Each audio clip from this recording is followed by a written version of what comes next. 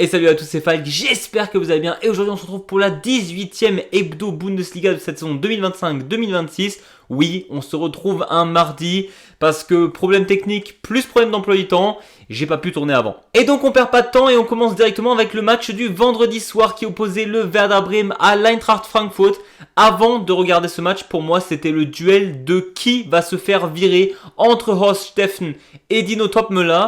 Et ben ça n'a pas raté vu que le coach de Frankfurt s'est fait virer après le match. Deux équipes en ultra difficulté, le Werder Bremen qui n'a tout simplement pas marqué depuis les 4 derniers matchs. On a l'Eintracht Frankfurt de l'autre côté qui est aussi ultra mal revenu lors de cette année 2026 et donc ça sentait le roussi pour les deux coachs. Mais on va dire qu'au vu du budget disponible dans les deux clubs, et ben c'est Topmöller qui s'est fait virer. Et en même temps, quand on regarde le match, oui, ça semble logique. On a un Werder Bremen qui a totalement surdominé cette équipe de l'Eintracht Frankfurt. Sincèrement, avant le match, je n'y croyais absolument pas. Pour moi, Bremen allait se faire allumer au vu de la défense récente et en plus le fait qu'il ne marque pas de but. Pour moi, c'était logiquement l'Eintracht qui allait gagner. Et quand on voit le début de match 1-0 dès la première minute, ça sentait ultra mauvais. Mais l'Eintracht Frankfurt a décidé de jouer un choix tactique ultra bizarre, c'est-à-dire de jouer la possession et la défense à partir de la 5e minute. Sauf que dans le football et comme dans tous les sports, c'est très compliqué d'avoir un bouton on-off. Et Frankfurt a arrêté de jouer dès la 5e minute, et ben ça s'est vu, le Werder Bremen a pris le jeu à son compte et a surdominé l'Eintracht Frankfurt. Et j'ai l'impression de revoir un remake de Bremen-Dortmund. Si Njima avait mis ses buts en première mi-temps, et ben Bremen menait à la mi-temps largement et il n'y aurait pas eu de débat. Finalement, c'est un match qui s'est joué sur 3 actions de Frankfurt, 3 buts. Avec un but à la toute dernière seconde du temps additionnel, c'est ultra frustrant. Bremen peut voir ça comme une défaite, mais aussi comme quelque chose de positif pour l'avenir. On a Mbangula lorsqu'il rentre. Il faudrait peut-être qu'il joue dès le début celui-là. Il est très très bon en attaque. Et en plus de ça, Milosevic qui vient d'arriver de Stuttgart cet hiver en prêt a marqué son premier but.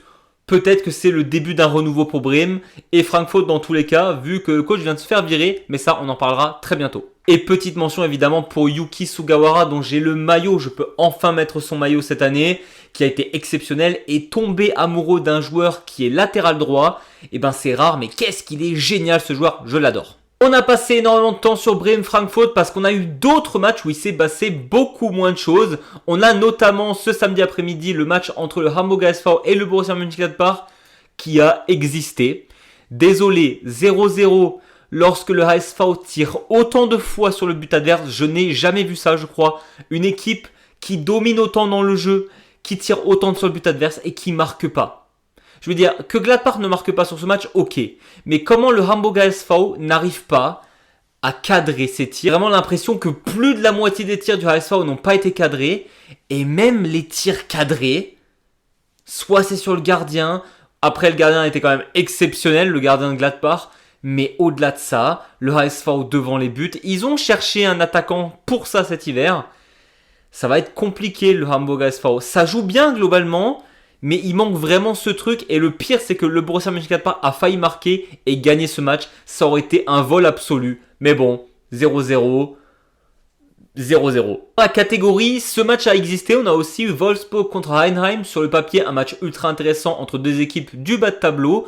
On a Heidenheim qui s'est fait quand même globalement dominer dans le jeu. Je pense que Wolfsburg pouvait largement mener à la mi-temps. Ils avaient les occasions pour. Pareil, là on sent qu'il manque chose dans le jeu de cette attaque de Wolfsburg. Et pourtant, c'est Heidenheim qui va surprendre, j'ai envie de dire, à l'encontre du cours du match, qui va surprendre Wolfsburg, qui va mener 1-0 à la mi-temps. Et Wolfsburg va galérer à revenir. Ils auraient peut-être même pu marquer le deuxième but, sincèrement, après le premier. Mais finalement, c'est pas un scandale de voir un partout. On a Heidenheim qui a quand même globalement très bien défendu. On a également eu le droit à un match au sommet lors de samedi après-midi entre le TSG Hoffenheim qui est actuellement 3e au classement face au Bayer Leverkusen. Match qui s'est joué très rapidement vu qu'on a Hoffenheim qui marquera, on a Wout qui marquera surtout un super coup franc. Je ne sais pas si Flecken c'est de sa faute sur le coup franc parce que pour moi il est mal positionné. N'empêche que le tir est absolument somptueux. Et finalement, même si Hoffenheim marquera assez rapidement lors de la 9e minute, le Bayer Leverkusen ne fera rien, c'est-à-dire qu'offensivement, je les ai trouvés totalement inoffensifs. J'ai l'impression qu'on avait une équipe hyper expérimentée de la part de Hoffenheim qui se découvre un peu cette saison. Je veux dire, on a plein de nouveaux joueurs, on a des joueurs qu'on ne voyait pas venir, on a un coach qui est là depuis assez peu longtemps. Alors oui, Leverkusen, c'est aussi le cas, il y a une reconstruction globale, Mais historiquement, c'est vrai qu'on aurait plus tendance à penser que Leverkusen est le dessus. Et ben, on avait vraiment l'impression que l'équipe expérimentée, c'était Hoffenheim. Ils ont laissé aucune chance à cette équipe de Leverkusen qui peut clairement s'estimer heureux d'avoir perdu seulement 1-0. Et c'est assez dingue de se dire ça en début de saison. Jamais j'y aurais cru. Il y a eu également un match entre le 1. FC Köln face à Mainz 05. Et pour le coup, le score veut tout dire. 2-1 pour Köln. Et quand on regarde le match, je pense que c'est le score le plus logique. Köln mérite largement sa victoire. C'est vrai que j'aime bien Mainz, donc c'est un peu frustrant de les voir marquer le premier but. Mais au final, dans le jeu, il n'y avait pas de débat. On a un doublé de Hache. Pareil, pas de débat. Köln avait la possession de balle. Köln avait les occasions offensives. Ils en ont marqué que 2. Il y aurait eu 3-2 ou 3-1 pour Köln. Franchement, ça aurait été la même. Mais je pense qu'il n'y avait aucun moment, quand on voit la physionomie de match, où on se dit que Mainz allait réussir à chercher des points. Ils étaient tout simplement moins forts. Et des fois, ça arrive. Une équipe est moins forte que l'autre. Et là, Köln était meilleur. Pas grand chose d'autre à dire. On a eu aussi le droit au remake du Borussia Dortmund face à St. Pauli. On rappelle début de saison, match qui s'était terminé 3-3. Et là encore, le Borussia Dortmund s'est fait une énorme frayeur. Ça a tout simplement surdominé lors de la première mi-temps. Ça mène 2-0, logique. Et là, on se dit, ça va dérouler. Dortmund, ils veulent absolument cette revanche. Ils veulent gagner ce match. Et bien figurez-vous que non, Dortmund s'ils peuvent se rendre les choses compliquées. Et d'ailleurs ça fait plusieurs semaines que je discute avec vous dans les commentaires, les fans du Borussia Dortmund qui sont en train de me dire j'ai l'impression de vivre la même chose tous les week-ends. Et oui, le BVB est actuellement deuxième de Bundesliga, mais dans la manière, on n'y est pas du tout. C'est un football plat, il n'y a pas grand chose. Réussir à se faire remonter alors que tu mènes 2-0 à 2-2 contre St. Pauli qui offensivement est un gouffre. Le BVB quand même qui est deuxième de Bundesliga et qui galère contre le 17e, ça montre un peu la mentalité globale de ce groupe. Il y a un truc qu'il faut qu'il change. Je pense pas que ça soit que le coach, je pense qu'en interne au niveau des joueurs, ça va pas. Il y en a qui veulent partir. Je pense que le groupe, je dirais pas qu'il est mort, mais ça tiendra plus longtemps dans le vestiaire à mon avis. D'ici la fin de saison, ça va péter. Et heureusement pour eux, ils réussiront quand même à marquer le 3-2 dans le temps additionnel. Globalement, c'est mérité. Mais il n'y a pas à se faire des frayeurs pareilles en fait. Et mine de rien, encore un but de Julian Brandt. C'est pas le plus flamboyant dans le jeu, mais il marque. Et là, on arrive au match que j'attendais le plus, au match que tout le monde attendait, le Topspiel entre Leipzig et Munich. On rappelle que le Bayern avait gagné le premier match de cette saison 6-0 face à cette équipe de Leipzig. Et là, on s'attendait à un match serré. Et vous savez quoi? Oui, le score ne reflète pas ça, mais le match était ultra serré. L'équipe de Leipzig beaucoup plus concentrée, vraiment meilleure, qui mène 1-0 à la mi-temps. Je vais essayer de faire vite, parce que je pense que je pourrais faire une vidéo entière que sur ce match. On a Leipzig concentré, fort, les ailiers, le milieu de terrain, la défense. Tout le monde était excellent.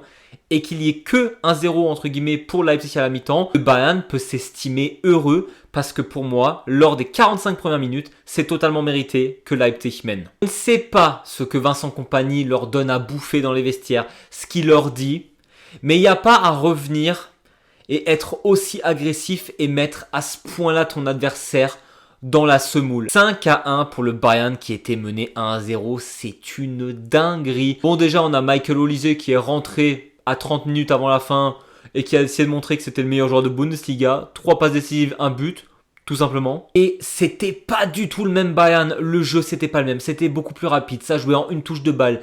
Les défenseurs centraux, c'était limite les premiers à attaquer. Manuel Neuer, d'ailleurs, on n'en parle pas assez. Manuel Neuer dans ce match, c'est peut-être une des meilleures performances de gardien de Bundesliga de la saison. Parce que si le Bayern peut faire ce comeback, c'est parce que Neuer, il a fait 3 à 4 arrêts spectaculaires. On parle pas juste de bons arrêts. On parle de quasi 100% pour Leipzig qui ont été arrêtés par un gardien exceptionnel. C'était génial. Et pour couronner le tout, Jamal Musiala qui refoule un terrain de foot, qui rentre une minute plus tard, passe décisive pour Olise. Enfin bref, tout va bien pour le FCB. Même quand il galère, même quand l'adversaire est meilleur lors de toute une mi-temps, ça gagne 5-1.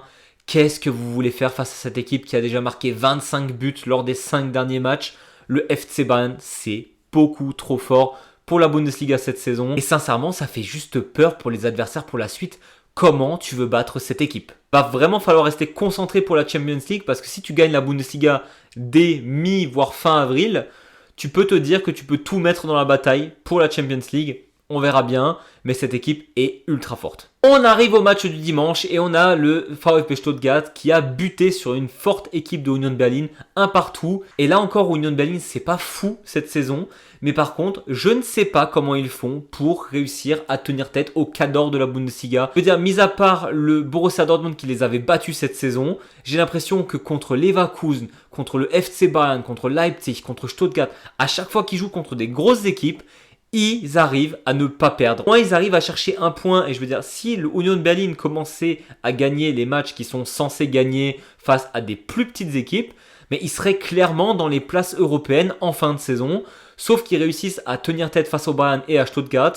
Et ils vont ensuite perdre contre Augsburg. Typiquement une saison de Union Berlin. Parce que pour le coup, j'ai pas envie de surblâmer le VfB Stuttgart. J'ai trouvé juste les deux équipes étaient équivalentes au niveau du jeu. On s'attendait à un Stuttgart meilleur et un Union moins fort. Finalement, c'était 50-50 et le match nul est juste totalement mérité. Et le dernier match de ce week-end, c'était entre les deux équipes qui ont sûrement le jeu le moins attractif de la Bundesliga. Augsburg face à Freiburg, 2 partout, avec Augsburg qui choque un lead de 2-0. Et franchement, au vu de la forme de ce SC Freiburg là, quand tu mènes 2-0, t'es pas censé te faire rattraper aussi facilement. Je veux dire, première mi-temps dominé par Augsburg, deuxième mi-temps dominé par Freiburg.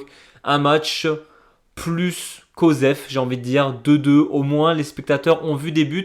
Mais c'est vrai qu'au niveau du jeu, du football pur, cette saison, pour moi, c'est peut-être les deux équipes avec le Werder Bremen et St. Pauli qui jouent le moins bien au football. Au moins, Heidenheim se donne à fond. Ces deux équipes-là, on a l'impression qu'elles savent qu'elles ne peuvent pas descendre, alors que Augsburg n'est pas si loin que ça. Le SC Freiburg, ils font vraiment le strict minimum. C'était mid à regarder. On arrive au top et au flop de cette semaine. Et le top, je suis obligé, le retour de Jamal Musiala. Je veux dire, ce week-end, le Bayern a quand même gagné 5-1 contre Leipzig et on ne parle quasiment que de Jamal Musiala qui est revenu sur les terrains. Ça fait tellement plaisir de voir ce jeune joueur qui a tellement de potentiel. Ça fait 2 saisons limite qui galère. J'espère de la santé pour Musiala qui est un artiste avec le ballon. On espère qu'il reste enfin sur les terrains. Et le flop de cette semaine, je vais peut-être vous surprendre, mais ça sera la finale de la CAN. Je n'en dirai pas plus. Petit point classement et on a toujours seul en tête le FC Bayern avec déjà 50 points, suivi de très loin du Borussia Dortmund deuxième avec 39 points. Et alors là, on a le TSG Hoffenheim troisième avec 33 points, mais avec un match de moins que le VfB Stuttgart qui a aussi 33 points. Et Leipzig est cinquième avec 32 points. Et dans le fin fond du classement, on retrouve St. Pauli et Mainz avec 12 points. Et Heidenheim 16e avec 13 points. Beaucoup de matchs très intéressants ce week-end qui nous attendent, mais évidemment que le match que j'attends le plus, c'est le Stadtderby entre St. Pauli et Hamburg. On a 2 clubs mal en point, mais cette rivalité est toujours folle, donc très hâte de suivre ça vendredi soir. Voilà, c'était tout pour moi, j'espère que cette vidéo vous a plu. Si c'est le cas, n'hésitez pas à mettre un gros pouce vers le haut ou à vous abonner si ce n'est pas déjà fait. Nous, on se retrouve très vite pour de nouvelles vidéos Bundesliga et foot allemand. Et d'ici là, je vous dis, servus!